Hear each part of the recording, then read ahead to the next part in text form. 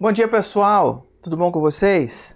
Estamos mais uma vez aqui, reunidos para celebrar o nosso Deus e para terminar mais uma série de mensagens. A gente está conversando durante esse período sobre nossas emoções. E o que nós fizemos nesse tempo em todas as reflexões? Nós mergulhamos nas emoções de Jesus para calibrar nossas emoções. Nós vimos como Jesus sentia, como ele reagia, como ele lidava com as suas emoções, para a gente poder aprender como lidar com as nossas. Hoje, na última mensagem, eu quero fazer algo diferente. Eu quero conversar com você sobre um problema muito comum na vida de muitas pessoas. E talvez possa ser um problema que esteja na sua vida também. Muitas pessoas não conseguem lidar com as suas emoções e nem dar nome às suas emoções. E isso se dá porque nós não temos um autoconhecimento, a gente não conhece os nossos próprios sentimentos e não sabemos dar nome às nossas emoções. Por isso hoje nós vamos falar sobre esse tema, dê nome às suas emoções. Nós vamos mergulhar para ver o que a Bíblia tem para falar para a gente sobre isso, beleza? Desde pequeno a gente aprende a lidar com as nossas emoções, mas a gente aprende a lidar com as emoções de uma forma bem pitoresca. É como se a gente estivesse naquele brinquedo de carrinho bate-bate. Lembra daquele brinquedo nos parques? Que um carrinho, o objetivo é um carrinho bater no outro? Parece que a gente vai lidando com as nossas emoções dessa maneira. O que a gente faz? A gente vai por tentativas e erros, a gente vai por instinto. Muito poucos pais investem nos filhos para eles entenderem suas próprias emoções, conhecerem suas emoções. E talvez hoje você seja um adulto, um adolescente, um jovem, e que vai descobrir durante essa mensagem que você não aprendeu a lidar com as suas emoções. Mas calma que isso tem jeito, e se esse é seu caso, hoje pode ser uma luz no final do túnel e você pode descobrir algumas coisas bem interessantes. É muito interessante quando a gente percebe na nossa cultura como que o lidar com as emoções acontece. Eu quero trazer para você hoje um samba. Um samba de uma cantora chamada Jovelina Pérola Negra. E esse samba chama-se Sorriso Aberto.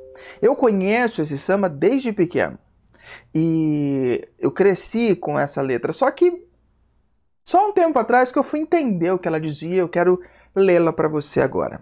A letra diz assim: pois é, foi ruim a beça, mas pensei depressa numa solução para a depressão. Fui ao violão. Fiz alguns acordes, mas pela desordem do meu coração não foi mole não. Quase que sofri desilusão.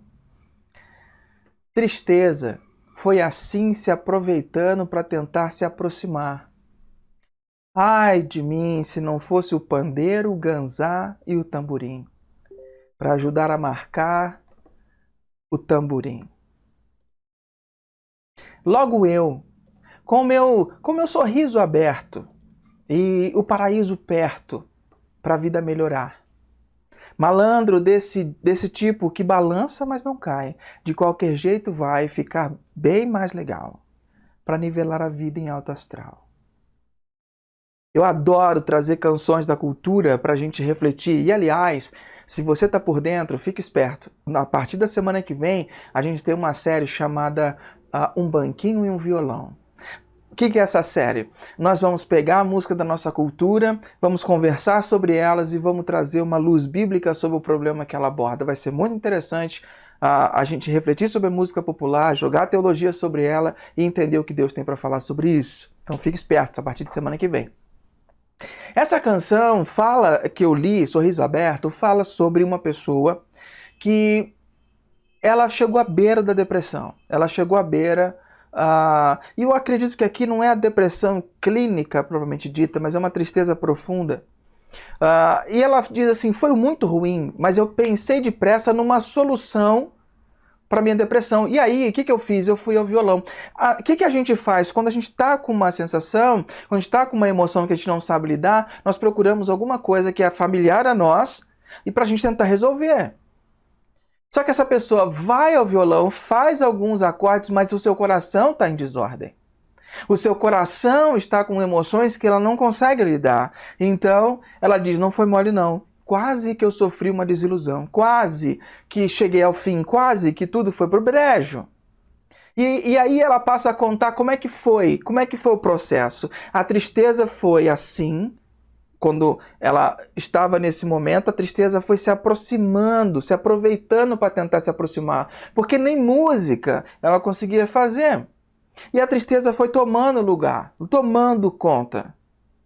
E ela fala, ai de mim se não fosse o pandeiro, o ganzá e o tamborim. E aí no final ela faz uma reflexão muito profunda. Ela fala, quem sou eu? Quem sou eu? Ela fala, como assim eu vou passar esse tipo de tristeza? Logo eu, que vivo com um sorriso aberto, sorrindo para todo mundo, que tenho o paraíso perto para a vida melhorar, que tudo está indo bem. Eu sou malandro daquele tipo que eu balanço, mas eu não caio. Eu resisto tudo, eu seguro tudo na unha. Eu sou daquele malandro que balança, mas não cai, que de qualquer jeito vai ficar bregal. Acho, interessa o que vai vir, eu vou segurar na unha e eu vou passar por isso, porque eu vou nivelar minha vida em alto astral. Parece que essa pessoa termina a canção vitoriosa, mas não. Isso ela está fazendo um retrato. Eu sou desse tipo de pessoa que tenta segurar tudo na unha, que tenta vencer tudo, que é bem alto astral, mas a depressão me pegou, a tristeza me pegou e eu tive os sentimentos que eu não consegui lidar. Eu tive sentimentos que eu não consegui lidar. Mesmo indo ao violão, meu coração estava em eterna desordem e eu não consegui fazer. Queridos, nós lidamos com os nossos sentimentos com as ferramentas que temos. Nessa poesia, nessa canção, foram os instrumentos musicais. Só que o problema é que, como nessa canção, nós nem sempre temos as ferramentas adequadas para lidar com o sofrimento. Mas não precisa ser assim, e não era para ser assim. Porque, pensa bem, quando você está falando do ser humano, do interior do ser humano, a gente tem que pensar no começo de tudo. O ser humano foi feito completo, perfeito e com todo o domínio e controle das suas emoções. E se ele tivesse alguma dúvida, ele tinha Deus ali do seu lado, para poder tirar as dúvidas e aprender a lidar com as suas emoções. Mas quando o ser humano decide se romper com Deus, ele perde aquela fonte inesgotável de sabedoria para lidar com os seus sentimentos. Ele perde a capacidade de entender as suas próprias emoções. Porque ele corta o vínculo com aquele que criou as emoções. As nossas emoções passam a viver em desordem muitas vezes atentando contra a nossa vida. Só que a morte de Jesus nos liberta para não sermos mais escravos dessa história. Se você caminha com a gente, você sabe do que eu estou falando. A morte de Jesus, ela nos liberta e inaugura uma nova vida para nós. O que isso quer dizer? Quer dizer que você pode ser mais do que você foi criado para ser. A nova vida de Jesus em nós restaura o sentido original, o sentido e o propósito perfeito de Deus. É como se Deus entrasse dentro de nós e começasse a consertar nossas emoções para nos fazer de volta como era o projeto original. E é isso que ele chama de vida abundante. A gente tem uma promessa de Deus dada através do profeta Ezequiel, no capítulo 36, versículo 25 a 27, que diz assim: eu borrifarei água limpa sobre vocês e os purificarei de todos os seus ídolos e de todas as coisas nojentas que vocês têm feito.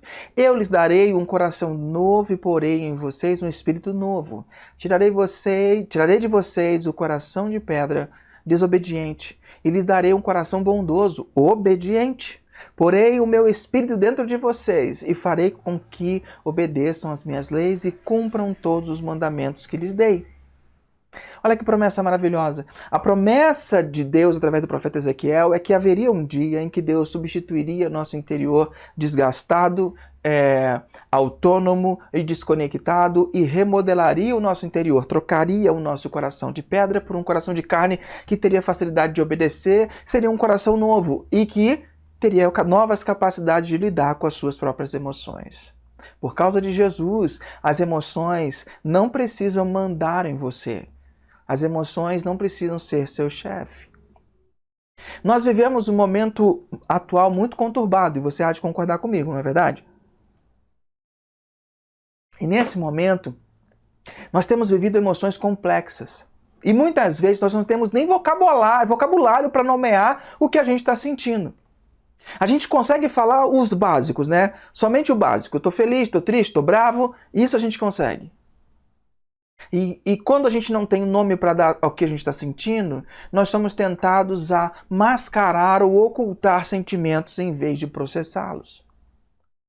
Você já viu alguém ser controlado pelas suas emoções, totalmente controlado pelas emoções, perdido, puramente passional? Nós odiamos a ideia de estar sob o controle de alguém, fala sério. Nós não gostamos muitas vezes das pessoas mandando em nós. Só que de uma forma ou de outra, sempre estamos sob o controle de algo ou de alguém. Só que quando as emoções tomam o volante da nossa vida, muito provavelmente coisas ruins, decisões ruins se seguirão. E quando nós tomamos decisões ruins pautadas nas nossas emoções descontroladas, nós entramos em conflitos com Deus, porque nós magoamos as pessoas que Deus ama. A gente precisa entender que as emoções não são ruins, Deus nos deu as emoções. Mas quando elas nos controlam e não nos ajudam, nós temos que repensar como estamos lidando com as nossas emoções. E para lidar com as emoções, nós temos dois problemas. Os dois problemas que eu apontei no começo. O primeiro problema, nós não temos autoconhecimento. Nós não nos conhecemos. Esse é um grande problema. Santa Teresa d'Ávila diz o seguinte: quase todos os problemas na vida espiritual têm sua origem na falta de autoconhecimento. Peter Scazzero diz assim: a grande maioria de nós morre sem saber quem é. Olha que frase profunda. A grande maioria de nós morre sem saber quem é. Se tem uma lição que essa série nos trouxe, principalmente os depoimentos dessa série, feitos por essas 4 mulheres fortes que trouxeram suas histórias para nós, o principal legado dessa série eu acho que a gente precisa aprender que sentir é parte essencial da nossa humanidade, da nossa personalidade. Por quê? Porque o nosso Deus sente. A Bíblia está repleta de textos onde Deus sente. Jesus, a expressão do Deus invisível, sentiu, e nós vimos as emoções de Jesus. E nós, como fomos criados à imagem e semelhança de Deus, fomos criados para sentir. João Calvino diz o seguinte: a sabedoria verdadeira e substancial consiste quase inteiramente em 2 coisas: o conhecimento de Deus e o conhecimento de nós mesmos. Mas embora esses 2 ramos da sabedoria estejam estreitamente ligados entre si, não é fácil ver qual dos 2 precede e dá origem ao outro. Nós precisamos nos autoconhecer. E quando você começa a se conhecer, você percebe que nós temos 4 grandes enganações do nosso tempo. As 4 maiores enganações do nosso tempo são: a primeira, eu sou o que eu faço. É a enganação do desempenho. Muitas pessoas só se consideram úteis se obtêm muito sucesso em alguma coisa. Põe a sua identidade no sucesso. A segunda grande enganação do nosso tempo é que eu sou o que eu tenho. São as posses. Nossa cultura mede o sucesso pelos produtos concretos. A gente adora fazer comparações. O corpo, a casa, o carro, a fala, o talento, o dom, nós achamos uma via comum e satisfatória quando comparamos as coisas. E essa é a segunda grande enganação. Eu sou o que eu tenho, é a posse, é a identidade nas coisas. A terceira grande enganação, eu sou o que pensam de mim. É a enganação da popularidade, da aprovação. A dependência do que os outros pensam de nós. A pessoa põe a sua identidade no reconhecimento dos outros. Agora, a quarta e última grande enganação do nosso tempo é: eu sou o que eu sinto. Se eu sinto é verdade. Nós apoiamos nossas decisões na veracidade das nossas emoções. Quanto mais intensa é a nossa emoção, mais justiça, mais direito e mais verdadeiro é a minha ação. Eu estou no direito, eu posso fazer. Só que muitas vezes nossas emoções são enganosas e muitas vezes você não sabe nomear as suas emoções. As suas emoções se tornam um reflexo de onde estão a sua identidade. E aí o que acontece? Nós temos uma falta de repertório e não sabemos lidar com as nossas emoções e nós sabemos nomear nossas emoções. Esse é o segundo grande problema. Nós não conseguimos dar nome às nossas emoções. Nós não aprendemos isso. Daniel Goleman, no seu livro Inteligência Emocional, define emoções da seguinte maneira: emoção é uma referência a um sentimento ou um pensamento característico, estado psicológico, biológico e âmbito de propensões para agir. O que ele quer dizer com isso? Ele quer dizer que Deus criou os seres humanos para sentir uma ampla gama de emoções. Existe uma gama muito grande delas, e cada uma tem suas variações, combinações e centenas de nuances. E como que a gente lida com isso? As emoções, elas podem ser divididas em 3 conjuntos básicos. Primeiro, as emoções básicas. São emoções que mais facilmente a gente consegue expressar. Depois, nossas emoções secundárias, emoções mais complexas. E nós temos as emoções mais específicas. Eu vou te dar exemplos disso. Por exemplo, as emoções básicas, a gente pode... Tem uma divergência entre um autor e outro, mas a gente pode definir como 6 emoções básicas: medo, nojo, felicidade, tristeza e raiva. E eu vou pegar aqui algumas e eu vou abrir um leque, literalmente, para você poder perceber. Por exemplo, se a gente está falando sobre o medo, ele é ramificado, por exemplo, em algumas emoções: receio, insegurança, ansiedade, rejeição, fraqueza e preocupação. Por exemplo, o receio, então a emoção básica é o medo. Mas a emoção secundária é receio e insegurança. O receio, ele pode advir porque eu estou sendo ameaçado, me sentindo ameaçado ou me sentindo aterrorizado. Percebe? Medo se divide, por exemplo, em receio. E receio pode ser porque eu estou ameaçado ou aterrorizado. Por exemplo, vamos pegar outra emoção básica derivada do medo. Preocupado. Então, eu tenho medo. A emoção secundária é porque, na verdade, eu estou preocupado. E eu estou preocupado por quê? Porque, na verdade, eu estou apavorado ou inquieto. Então, você pode se sentir apavorado ou inquieto. A emoção que está por trás disso é a preocupação. E o sentimento que está por trás disso, a emoção, é o medo. Só que, muitas vezes, a gente consegue identificar ou a base ou lá na ponta. Muitas vezes, quando alguém pergunta para você o que você sente, você não sabe dizer.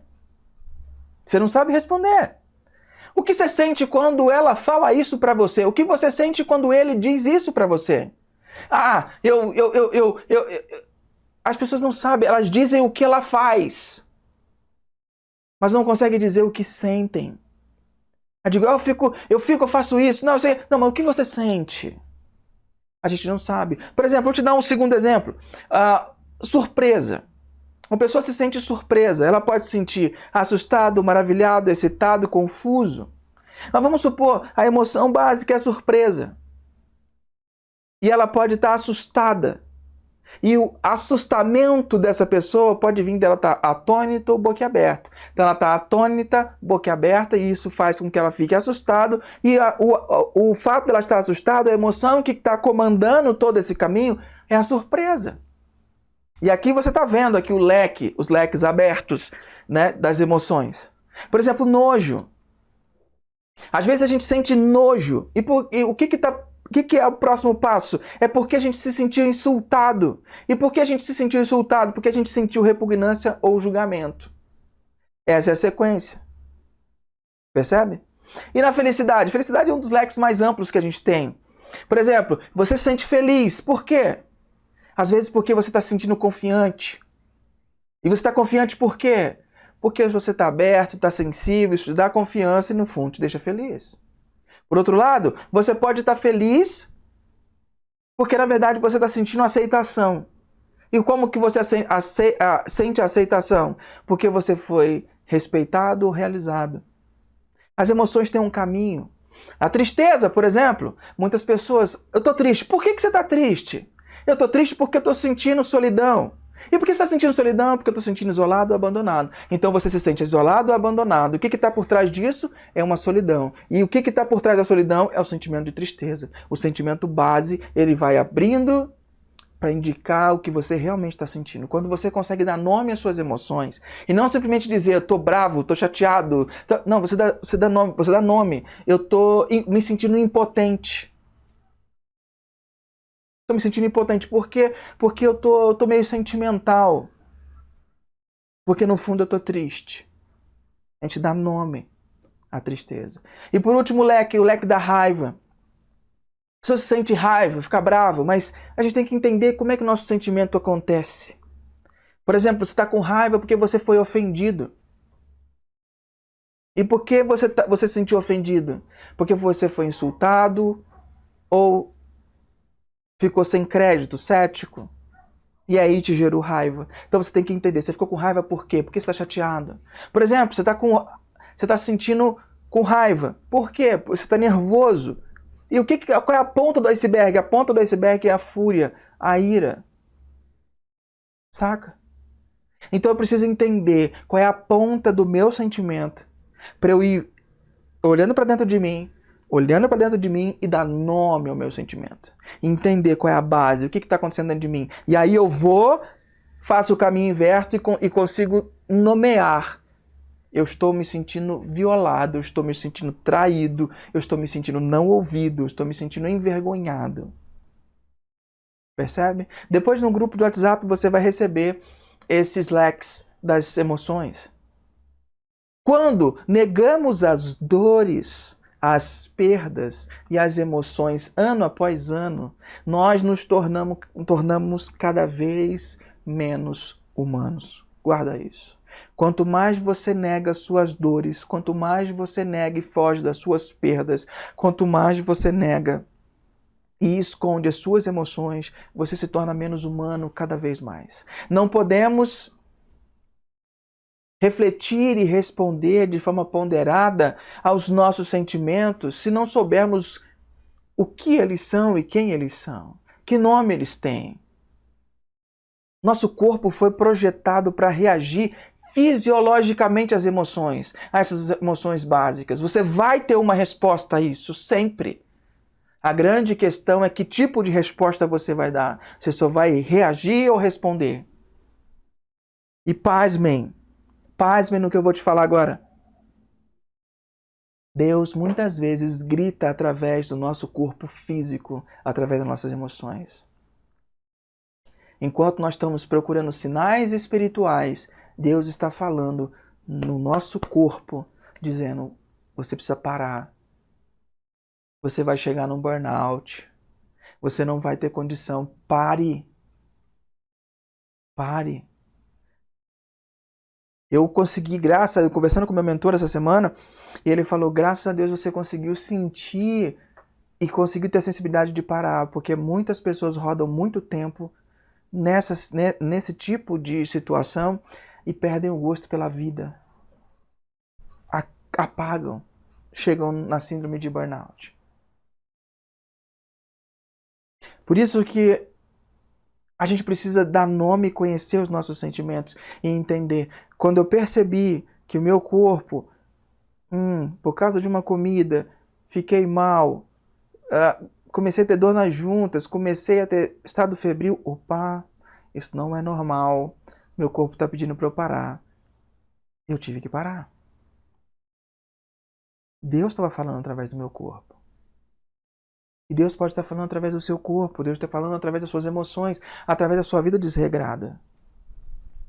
Por isso eu quero encerrar essa série te dando esses 2 conselhos, querido. Gaste tempo no autoconhecimento. Conhece-te a ti mesmo. E como você faz isso? Você pode fazer isso prestando atenção ao seu interior em silêncio. Pratique o silêncio e a solitude. Segunda coisa, encontre companheiros confiáveis, onde você pode conversar sobre seus defeitos, sobre as suas dificuldades. Terceiro, saia da sua zona de conforto. Mexer com isso dói, mudar a vida dói, mas pode salvar a sua vida. E por último, ore por coragem. ore, peça a Deus coragem para enfrentar isso. Esse é o primeiro conselho, gaste tempo no autoconhecimento. E o segundo conselho que eu quero te dar é: aprenda a nomear suas emoções. Como eu faço isso? Você pode fazer um diário de sentimentos. Você pode fazer um inventário das suas emoções. Quando você se sentiu, depois parar e falar: por que eu me senti assim? O que aconteceu? O que a fala dele despertou? O que a fala dela despertou? O que essa fala despertou? Por que eu me senti desse jeito? Faça um inventário das suas emoções. Terceiro, desacelere sua vida. Reduza a velocidade. Pare para descansar, você não é uma máquina. Calm down. Desacelere. E por último, invista em você. Invista em saber quem você é. Invista tempo consigo mesmo. Sabe aquele tempo que você mata quando você vai no banheiro, tomar banho, em qualquer lugar, que você sempre, qualquer tempo livre, você quer ficar mexendo no seu celular? Esse pode ser um tempo muito precioso para você investir em você, sondar suas emoções e orar a Deus pedindo para que Ele redima as suas emoções. Ok? Se você se encontrou nessa mensagem, se essa série fez sentido para você e alguma coisa mudou ou precisa mudar, eu quero orar com você nessa hora, quero que você feche seus olhinhos. Pai querido, em nome de Jesus, eu peço por nossos sentimentos e emoções. Eu peço a Deus por todos aqueles que tiveram contato com essa série e alguma coisa o Senhor comunicou no nosso coração. Peço que o Senhor nos ajude, ó Deus, a alinhar nossas emoções, a conhecer nossos sentimentos, a nos autoconhecer, para que possamos, ó Deus, ter uma vida mais saudável e viver a vida plena. Aprender a lidar com nossos sentimentos, sentir o que precisamos sentir. Deus, em nome de Jesus, ajuda-nos a lidar com essas circunstâncias e com outras que foram levantadas durante a mensagem, durante a série, que não foram nomeadas, mas que o Senhor sabe, porque o Senhor está aí sentado com cada um. O Senhor sabe a pulsação, a frequência do coração, e sabe o que está dentro do coração de cada um e da mente. Sabe como o pensamento está acelerado. Então eu te peço, Deus, em nome de Jesus, vá ao encontro, sara e redima nossas emoções, em nome de Jesus. Amém. Amém, queridos. Eu espero que você possa refletir um pouco sobre o que a gente conversou nessa manhã e que Deus realmente abençoe e guarde sua vida. Na semana que vem a gente vai ter uma série nova, um banquinho, um violão, bem preparado, vai ter muita música boa e muito papo legal, tá bom? E aí a sua interação vai ser super bem-vinda. Eu quero dar a benção, se você puder, estenda nas suas mãos como quem não tem nada para dar, mas muito a receber. E ao final, num gesto simbólico, traga suas mãos ao teu coração, internalizando tudo aquilo que Deus falou com você nessa manhã.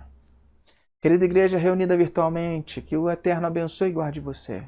Que o Eterno sorria para você e presenteie você. Que o Eterno olhe para você bem nos olhos e te faça prosperar. Que a graça do nosso Senhor Jesus, o amor de Deus, nosso Pai, e as infinitas consolações e sentimentos do Espírito Santo estejam sobre sua vida, não só hoje, mas todos os dias. Amém. Querido, que Deus te abençoe e te guarde. Dê um ótimo domingo. Até a semana que vem. Tchau, tchau.